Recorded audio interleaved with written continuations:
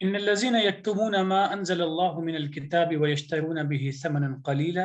اولئك ما ياكلون في بطونهم الا النار ولا يكلمهم الله يوم القيامه ولا يزكيهم ولهم عذاب عليم. بے شک وہ لوگ جو اللہ کی اتاری ہوئی کتاب کو چھپاتے ہیں اور اس کے بدلے میں تھوڑی قیمت لیتے ہیں،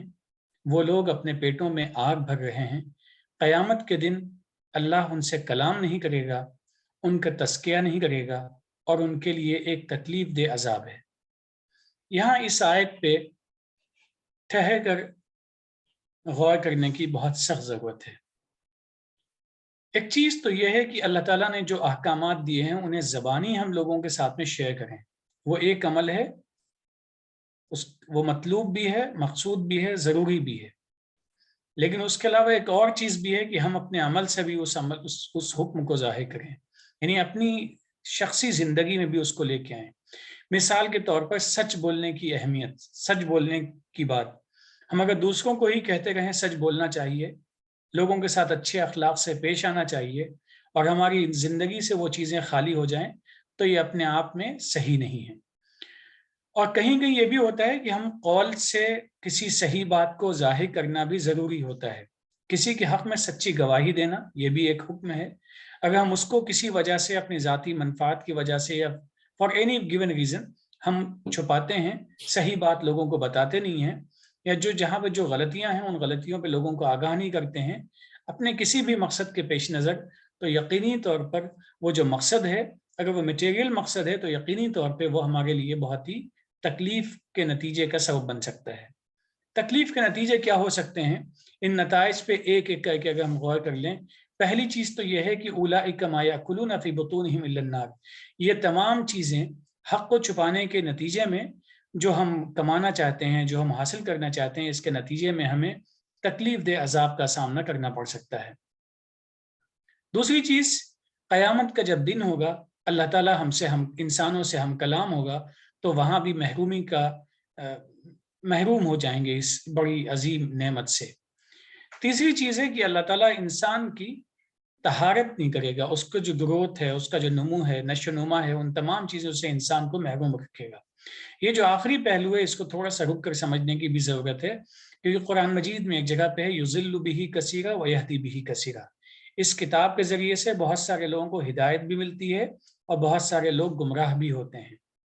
اب یہ گمراہ کون ہوتے ہیں، ہدایت کس کو ملتی ہے؟ سب اللہ کی طرف سے ہوتا ہے، لیکن ساتھ ہی ساتھ میں یہ بھی ہے کہ من یشاء کا کانسیپٹ بھی قرآن میں ایک جگہ نہیں کئی جگہ پہ آیا ہے، جو چاہتا ہے۔ قرآن میں ایک جگہ پہ اور بھی آیا ہے کہ اللہ تعالیٰ انہی لوگوں کے حالات کو بدلتا ہے جو اپنے حالات کو بدلنے کی خود کوشش کرتے ہیں۔ اب اگر کھانا ہمارے سامنے رکھا ہے، اگر ہم کھانے کی کوشش نہیں کرتے ہیں اور وہ پیٹ میں نہیں جاتا ہے، تو یقینی طور پہ ہم بھوکے رہیں گے اور کچھ دنوں کے بعد میں ہمارا جسم لاغر ناتواں ہو جائے گا۔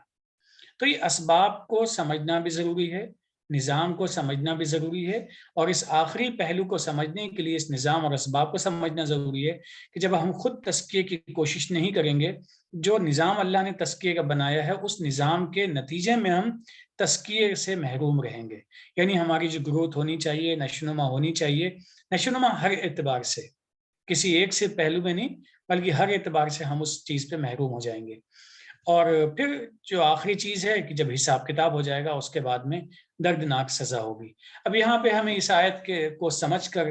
یہ بات اپنے ذہن میں بٹھا لینی چاہیے کہ اللہ کے جتنے بھی احکامات ہیں ان کو چھپانا نہیں چاہیے۔ ممکن ہے کسی حکم کے نتیجے میں ہمیں کوئی وقتی طور پہ مالی یا کوئی عہدے کا کسی قسم کا نقصان سامنے آ جائے، لیکن بہرحال ہمیں کوشش پوری کرنی چاہیے کہ ہم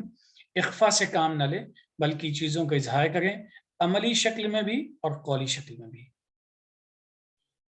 یہ دیکھیے، یہ جو لفظ استعمال ہوا ان الذین یکتمون، تو یہ کتمن جو ہے، کتمن کے معنی ہے چھپانا، چھپانا۔ اور لطائف اللغہ میں، اور اس میں کئی اور لغات بھی اس پہ متفق ہیں، وہ یہ کہتے ہیں کہ یہاں کتمن جو ہے وہ معنی یعنی مفہوم کو چھپانے کے لیے استعمال ہوا ہے، کیونکہ کتاب تو آپ نہیں چھپا سکتے، کتاب تو کھلی ہے، سب کو معلوم ہے قرآن اترا۔ اگر ہم قرآن کی بات کریں تو قرآن کو آپ نہیں چھپا سکتے، آپ کیا کر سکتے ہیں، اس کے معنی کو چھپا لیں۔ تو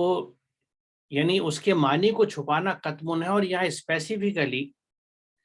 اور یہ بات سمجھ میں بھی آتی ہے، میں پھر دہراؤں گا کہ کتاب کو آپ نہیں چھپا سکتے، آپ کتاب کے مفہوم کو چھپا رہے ہیں۔ مفہوم کو چھپانے کا کیا طریقہ ہو سکتا ہے؟ جو جانے انجانے میں ہمارے یہاں رائج ہے کہ کتاب پڑھ لو، یعنی ناظرہ قرآن ہو جائے اور قرأت ہو جائے، حفظ ہو جائے، لیکن معنی کہیں پہ نہیں آ رہے، اور اس کے لیے باضابطہ کوشش نہیں ہو رہی، نہ انفرادی سطحوں پہ نہ ہمارے اداروں کی اکثریت پہ، کہ قرآن فہمی، قرآن سمجھانا، اور اس کے ساتھ جو ہمارے ہاں طالب علم ہے جس کے لیے ہم اللہ کے ہاں جواب دہ ہوں گے کہ یہ بچہ جو بچپن سے جوانی تک تمہارے ساتھ رہا، تم نے اس کو قرآن سے متعارف کیوں نہیں کرایا، قرآن سے انٹروڈیوس کیوں نہیں کیا، اور اس کی شخصیت کو قرآن کے ڈھانچے میں کیوں نہیں ڈالا، اس کے لیے جواب دہ وہ تمام اساتذہ اور منتظمین ہوں گے جو اپنے طلباء کو، جو دین سیکھنے کے لیے ان کے پاس آئے ہیں، جو قرآن سیکھنے کے لیے ان کے پاس آئے ہیں، ان کی ہم تجوید درست کر دیتے ہیں، ان کی قرأت اچھی کر دیتے ہیں، ان کو حفظ بھی کرا دیتے ہیں، لیکن ان کی شخصیت کو قرآن کے ڈھانچے میں نہیں ڈالتے، ان کو متقی نہیں بناتے، ان کو تقوی والا نہیں بناتے۔ اب یہاں پہ اسی چیز طرف اشارہ ہے کہ جو لوگ قرآن کے معنی مفہوم کو، کیونکہ کتاب نہیں چھپائی جا سکتی، معنی مفہوم چھپا لیے جاتے ہیں، اور پھر اس کے لیے عمل کیا کرے گا؟ اس کے لیے جو ہماری یہ چیزیں چلی آ رہی ہیں ہمارے آباء و اجداد سے، جو ہماری طریقتیں ہیں، جو ہمارے مسلک ہیں، جو ہماری چیزیں ہیں، ان کو آگے رکھ دیتے ہیں۔ اس چیز کو غور کرنے کی ضرورت ہے، بالکل آبجیکٹیوٹی سے، ذہن کو صاف کر کے، ہر چشمے کو ہٹا کے، کیونکہ یہ معاملہ قرآن کا، قرآن کی آیت کا ہے۔ اگر ہم یہ مان بھی لیں گے صاحب، یہ لطائف اللغہ اور دوسرے جو امام ہیں لغات کے، ان کی بات یہ درست نہیں ہے کہ صاحب معنی کو چھپانا نہیں ہے، تو چلیے معنی کو چھپانا الگ رکھ دیجیے، قطمن کو یہ تو سب اتفاق کرتے ہیں کہ چھپانا ہے، تو آپ کس طرح چھپائیں گے کتاب کو؟ کیا ہم یہ کہتے تھے قرآن نہیں ہے؟ قرآن ہے، ہم سب مانتے ہیں، اس کتاب کو نہیں چھپا رہے، ہم کرتے کیا ہیں؟ اس کتاب کی جو ہدایت ہے، جو پیغامات ہیں، ان کو چھپا لیتے ہیں۔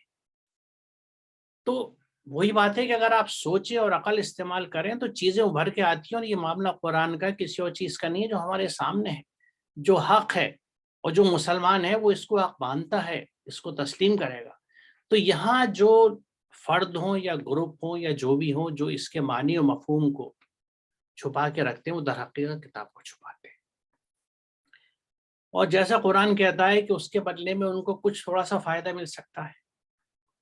وہ فائدہ یہ بھی ہو سکتا ہے کہ وہ اپنے انداز سے اپنے مسلک کو، اپنی سوچ کو، اپنی فکر کو، اپنی آئیڈیالوجی کو آگے لا کے ثابت کریں کہ سب ہمارے اتنے فالوورس ہیں، اتنے تابعین ہیں، جو ہمارے حساب سے اہل طریقت ہیں، جو اس مسلک پہ چلنے والے ہیں، ان کی ایک کثیر تعداد ہوگی، ان کے فالوورز بہت زیادہ ہو سکتے ہیں، جو ان کی بہت خاطر کریں گے، وغیرہ وغیرہ۔ میں جو چیز کہہ رہا ہوں، میں یہ سمجھتا ہوں کہ میں مزید وضاحت نہ بھی کروں تو ہم سب کی سمجھ میں آ رہی ہے کہ میں کیا کہنا چاہ رہا ہوں۔ اب سوال یہ ہے کہ قرآن یہ کہتا ہے کہ ان کو تھوڑا سا تو فائدہ ہوگا، لیکن وہ اپنے بطون میں، اپنے پیٹوں میں آگ بھر رہے ہیں، جہنم بھر رہے ہیں، یعنی یہیں سے ان کی جہنم کی تیاری ہو رہی ہے، وہ جو کچھ سمیٹ رہے ہیں جہنم میں سمیٹ رہے ہیں۔ اور اس میں مجھے بڑی اچھی ایک نظم ہے علامہ اقبال کی، سیر فلک، اس کا آخری جو کچھ کپلیٹس تھے یاد آ گئے، جو مجھے ایسا تو یاد نہیں، لیکن اس میں مفہوم یہ تھا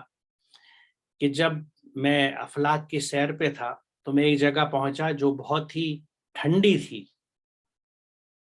اور تاریک تھی، تو میں نے پوچھا کہ یہ کیا ہے، تو غیب سے آواز یہ آئی کہ یہ جہنم ہے۔ تو میں نے پوچھا یہ کیسی جہنم ہے، کیونکہ جہنم کا تصور تو ہے کہ آگ سے بھری ہوئی چیز ہے، یہ تو ٹھنڈی اور تاریک ہے۔ تو جواب غیب سے آیا کہ اس میں جو آتے ہیں وہ اپنے انگار اپنے ساتھ لاتے ہیں۔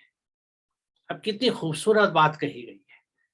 یعنی ایک ایلیگوری سے، ایک مثال سے کتنی گہری بات کہہ دی گئی ہے، جو صادق آتی ہے اس قرآن کی آیات پہ، کہ ہم اپنی آگ اپنے ساتھ لے کے جاتے ہیں، ہم اپنے انگار، اپنے انگارے اپنے ساتھ لے کے جاتے ہیں، اپنی بدعمالیوں کی وجہ سے، اپنے غلط اعمال کی وجہ سے، مفسدانہ اعمال کی وجہ سے، جس سے فساد پھیلتے ہیں۔ آج دیکھیے جو جھگڑے ہیں ہمارے یہاں مسالک کے اور فرقوں کے اور گروپس کے، وہ قرآن سے ہٹنے کی وجہ سے تو ہیں۔ اگر سب قرآن پہ یکجا ہو کے قرآن کے احکامات پہ چلیں گے تو کہاں سے کوئی چیز وجود میں آئے گی؟ کیونکہ ہم تو اسی انداز سے ایک ہیں، بلکہ پوری انسانیت ایک تھی۔ اس کا فریگمنٹیشن ہوا، کچھ لوگوں نے اپنے نبیوں کو اپنا خدا بنا لیا، ہم اس سے ایک قدم آگے نکل گئے، ہم نے قرآن کو چھپا لیا اور اپنے جو بھی بزرگ تھے، بڑے تھے، جن کو ہم بہتر سمجھتے تھے، جن کے قول اقوال کو بہتر سمجھتے تھے، اس کو آگے لا کے اپنے اپنے گروپ بنا لیے۔ اگر قرآن پہ آبجیکٹیولی غور کیا جائے تو یہ سب چیزیں غلط ہیں، اور اس میں جو بات یہ کہی گئی ہے کہ وہ اپنے ساتھ آگ، اور مجھے حیرت یہی ہوتی ہے کہ یہ اتنی کھلی بات سمجھنے کے بعد بھی کہ ہم اپنے اندر آگ سمیٹ رہے ہیں، کس طرح سے آدمی ہمت کر سکتا ہے کہ وہ ایسا کرے، لیکن چونکہ یہ ہوتا ہے، یہ سامنے کی چیز ہے۔ لیکن بہرحال ہمیں اس بات کو سمجھنا چاہیے کہ ہمیں قرآن کے مفہوم کو اور معنی کو چھپانا نہیں چاہیے۔ اور یہ آخری بات اس میں یہ کہوں گا کہ اس آیت کی روشنی میں تمام والدین سے یہ ہاتھ جوڑ کے درخواست کروں گا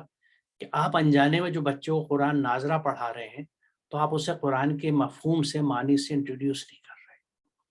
یہ ہو سکتا ہے آپ جان پوچھ کے نہ کر رہے ہوں، اس میں کتمان والی بات نہ آئے، لیکن آپ قرآن کو جو کتاب ہدایت ہے اس درجے سے ضرور ہٹا رہے ہیں، اس کو صرف ایک ایسی کتاب بنا رہے ہیں جو دنیا کی واحد کتاب ہے جس کو بنا سمجھے پڑھا جاتا ہے۔ اس پوری دنیا میں کوئی کتاب ایسی نہیں ہے جس کو بنا سمجھے پڑھا جاتا ہو سوائے قرآن کے۔ تو ہم اس کا حصہ نہ بنیں، قرآن کے ساتھ اتنی بڑی بے ادبی نہ کریں، اور بچپن سے ہی بچوں کو قرآن کے مفہوم سے انٹروڈیوس کریں، اور وہیں سے جیسے پچھلے سیشن میں نے بات کری تھی کہ دلیل کے ساتھ انہیں چیزوں کو سمجھائیں، ڈنڈے کی بنیاد پر، یا اس بنیاد پہ کہ ہم بڑے ہماری بات مانو،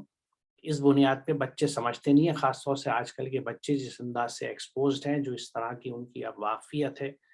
اس دور میں گلوبلائزیشن کے، ہم اس طرح سے اپنے بچوں کو نہیں سنبھال پائیں گے، اور یہ سامنے ثبوت ہمیں دکھ رہے ہیں اپنی نئی نسل۔ چلیے آگے چلتے ہیں۔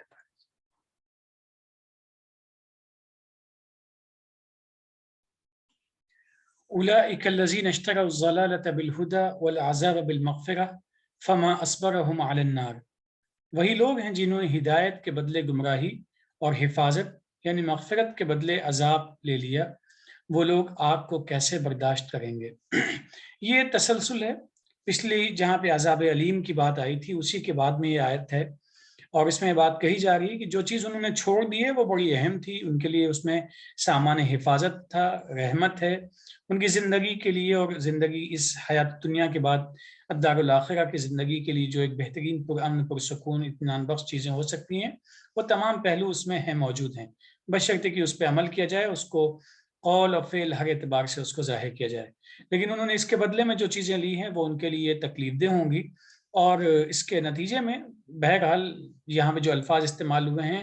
ضلالہ ہے ہدایت کے مقابلے میں، عذاب ہے مغفرہ کے مقابلے میں، اور یہ وہ الفاظ ہیں چاروں جن کو ہم لوگ عام طور پہ روزانہ کسی نہ کسی شکل میں دعاؤں میں بھی استعمال کرتے ہیں، اور ہم اس کے مفہوم کو بھی سمجھتے ہیں کسی نہ کسی حد تک۔ لہٰذا ہمیں ان تمام جو کتمان کتاب کا مسئلہ ہے یا کتمان احکام کتاب کی بات ہے، اللہ کے جو بتائے ہوئی باتیں ہیں ان کو چھپانا، جیسا کہ ابھی واضح ہوا کہ قولی اور فعلی دونوں اعتبار سے اس سے ہمیں بچنا چاہیے، نہیں بچیں گے تو یہ تمام چیزیں ہیں۔ اب یہاں پہ بعد میں ایک استعجاب بھی ہے، تعجب ہے کہ آخر یہ لوگ کس بنیاد پہ اتنی ہمت لے آتے ہیں، کیونکہ غلطی کرنے کے لیے بھی ہمت چاہیے، کیونکہ غلطی جب انسان کرتا ہے تو اس کے غلط نتائج ہوتے ہیں۔ اب کوئی شخص ہے اپنے ہاتھ میں کوئی بھی چیز تکلیف دے لے اور اپنے ہاتھ میں انگلی میں اسے کاٹ لے، تو یہی لوگ پوچھیں گے یہ سب یا تو دماغ کی خرابی ہے یا یہ ہمت کی کوئی بے انتہا ہمت اس کے پاس میں آ گئی ہے۔ اب یہی استعجاب ہے کہ آخر جب تکلیف کی صورت ہوگی وہاں کیسے وہ بچیں گے، آخر وہ کیا چیز ہوگی جو انہیں وہاں پہ رکنے کی ہمت دے گی۔ بہرحال یہ بات اس بات اختتام اس طرح سے ہے کہ ہمیں اس آگ سے ڈرنا چاہیے، اور اپنی زندگی کو تکلیفوں کا ایک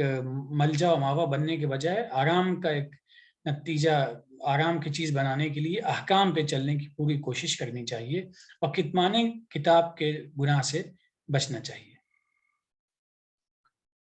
جی ہاں، دیکھیے اس میں ایک چیز میں عرض کروں گا کہ جیسے پیچھے بھی بات چل رہی تھی پچھلی آیت کے تعلق سے کہ یہ سب کچھ دیکھتے ہوئے بھی لوگ کیسے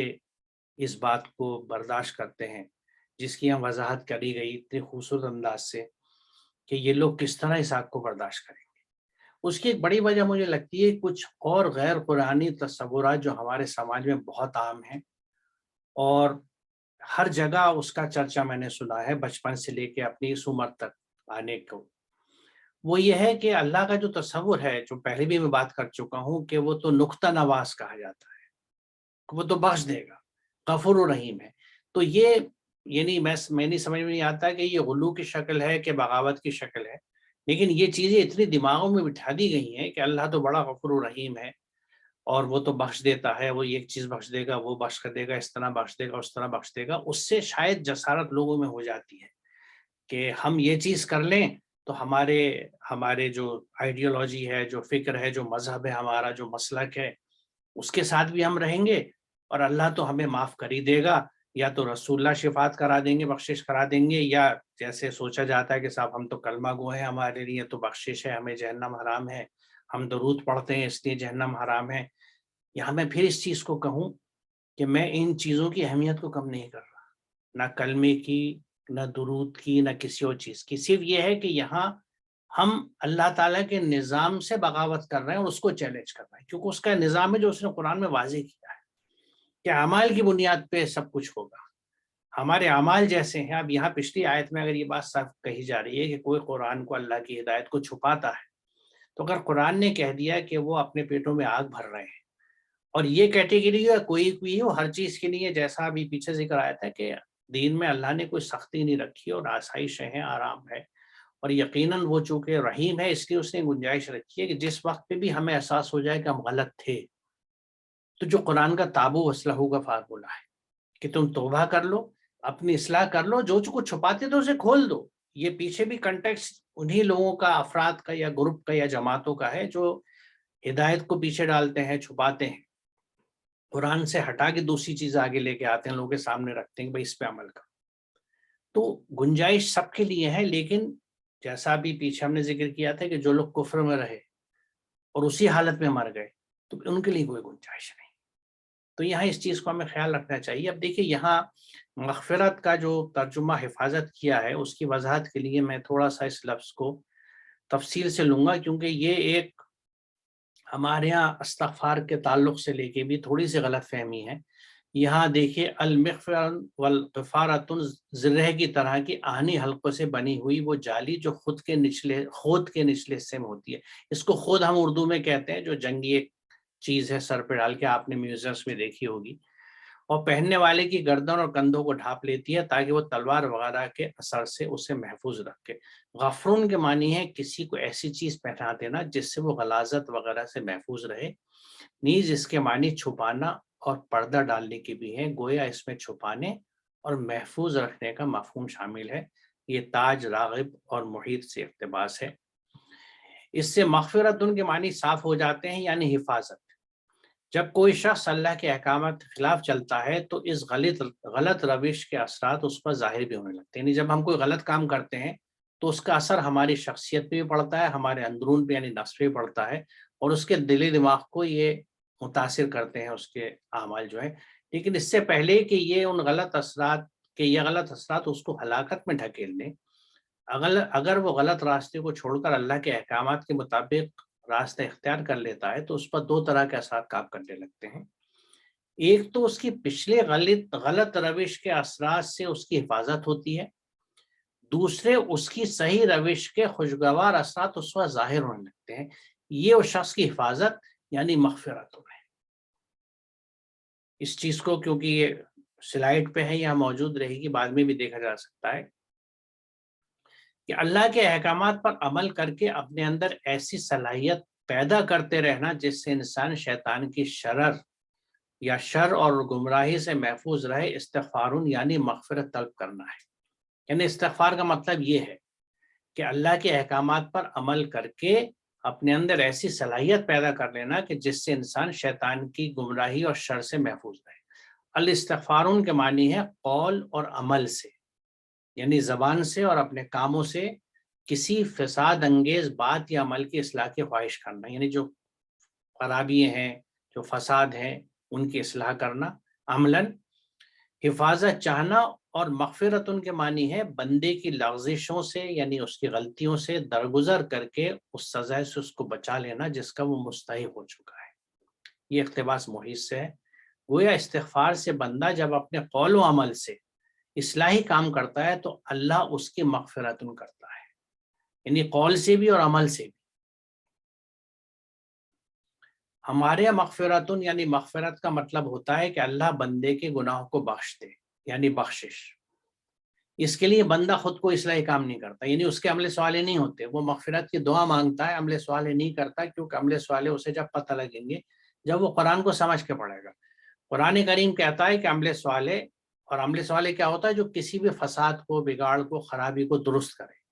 چاہے وہ ہمارے اندرون کی ہو، ہماری سوچ کی ہو، ہماری فکر کی ہو، یا ہمارے گھر کی ہو، سماج کی ہو. قرآن کریم کہتا ہے کہ عمل صالح سے انسان کے اندر وہ توانائی پیدا ہو جاتی ہے جس سے وہ شیطانی قوتوں کے نقصان دہ اثرات سے محفوظ رہتا ہے. یہ ہمارے جسم کے دفاعی نظام یعنی امیون سسٹم کی مانند ہے. جب انسان کمزور ہو جاتا ہے تو اس کا دفاعی نظام یعنی پروٹیکٹیو سسٹم جو ہے جسم کا، وہ بھی اپنی طاقت کھو بیٹھتا ہے، لہٰذا وہ ہر چھوٹی سے چھوٹی بیماری یعنی انفیکشن سے متاثر ہو کر مر جاتا ہے. یہ جو ایڈس کی بیماری ہمارے بہت مشہور ہے، ایڈس میں ہوتا ہی یہی ہے کہ امیون سسٹم ویک ہو جاتا ہے، لہٰذا ایک آدمی معمولی نزلے میں بھی ہلاک ہو جاتا ہے، کیونکہ اس کے جسم کے پاس وہ قوت مدافعت نہیں رہتی، وہ ڈیفینس سسٹم نہیں رہتا جو اس کو کسی بھی جراثیم کے حملے سے بچا سکے. اس کا علاج یہ ہوتا ہے کہ اس کا دفاعی نظام مضبوط کیا جائے. اس قسم کی طاقت اپنے اندر پیدا کرنا ہی استغفار ہے، جو کہ صالح عمل یعنی اللہ کے احکامات پر عمل کرنے سے پیدا ہوتی ہے. دیکھیے پھر اس کو یہاں پہ نوٹ فرما لیں کہ اللہ کے حکم کے مطابق جو صالح اعمال ہیں ان پہ عمل کرنے سے یہ قوت پیدا ہوتی ہے، محض زبانی باتوں سے یا زبان سے کہہ دینے سے نہیں ہوتی. اس کو اس طرح سمجھایا یہاں پہ کہ اگر کوئی شخص صرف یہ کہتا رہے کہ اللہ مجھے طاقتور کر دے، نہ تو صحت بخش غذا کھائے نہ کثرت کرے، تو وہ کبھی بھی مطلوبہ طاقت حاصل نہ کر سکے گا، کیونکہ ہر چیز کا حصول عمل اور محنت سے ہی ہے. یہی استغفار ہے. اللہ غفور ہے، یعنی اس کے احکامات پر عمل کر کے اس قسم کی قوت مدافعت اور حفاظت کا سامان مل جاتا ہے. مومنین کا کام استغفار ہے، یعنی اس قسم کی قوت اور حفاظت حاصل کرتے رہنا ظاہر عمل کے ذریعے. تو یہاں اس چیز کا کلیریفیکیشن خصوصی طور سے اس لیے دیا ہے کہ ہمارے استغفار کا تصور صرف ایک زبانی عمل ہے. توبہ استغفار، توبہ استغفار، اس کی تصویر میں ہم پڑھتے ہیں، یہ پوری تفصیل. کیونکہ دیکھیے قرآن کا جو حکم ہے عربی میں ہے، عربی مبین میں ہے، کھلی عربی میں ہے. لیکن جیسا پہلے بھی آ چکا ہے اور ہم نے سامنے رکھا ہے کہ عربی کے الفاظ جب اردو میں آتے ہیں تو محدود ہو جاتے ہیں، اور بدقسمتی سے یہ چلن ایسا چل پڑتا ہے کہ کوئی اس کو نہ کوشچن کرتا ہے، نہ چیلنج کرتا ہے، نہ سمجھنے کی کوشش کرتا ہے. اور وہ یوں نہیں کرتا ہے کیونکہ قرآن بند ہے. قرآن پہ آپ غور و فکر کریں گے، تدبر کریں گے، جس کا حکم قرآن دیتا ہے. اور قرآن تو یہاں تک کہتا ہے کہ یہ لوگ قرآن پہ تدبر کیوں نہیں کرتے، کیا ان کے دلوں پہ تالے پڑ گئے؟ یعنی قرآن کے حساب سے جو قاری، جو قرآن کو پڑھنے والا قرآن پہ تدبر نہیں کرتا، قرآن یہ کہتا ہے کہ اس کے دل پہ تالے پڑ گئے. اب جب دلوں پہ تالے پڑ جاتے ہیں تو قرآن نے ہی بات کہی ہے کہ جن کے دلوں پہ تالے پڑ جاتے ہیں وہ گونگے بہرے اندھے ہوتے ہیں، ان کو کوئی اچھی چیز نہیں دکھتی ہے. وہ ٹوٹل ایک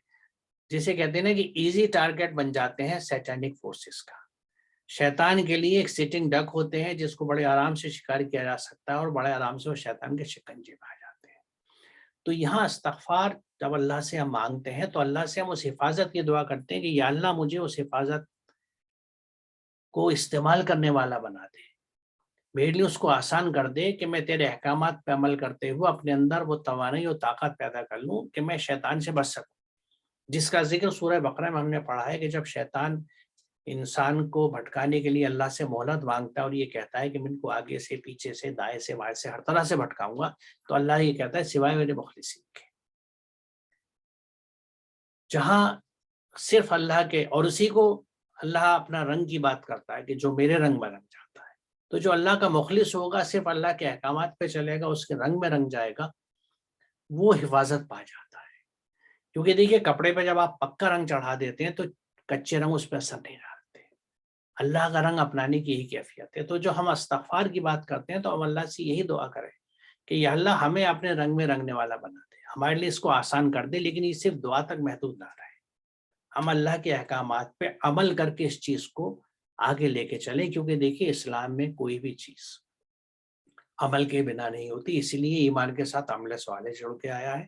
تو اسی لیے ہمارا حساب جو ہوگا وہ اعمال کی بنیاد پہ ہوگا، اور اسی لیے ہم نامہ اعمال کی بات کرتے ہیں. اس چیز کو ہمیں ذہن میں رکھنا چاہیے. میرے خیال میں آج کا سیشن ہم یہاں پہ روکتے ہیں جی اور انشاءاللہ اگلے سیشن میں سے آگے بات کریں گے. وآخر دعوانا الحمدللہ رب العالمین. السلام علیکم. وعلیکم السلام.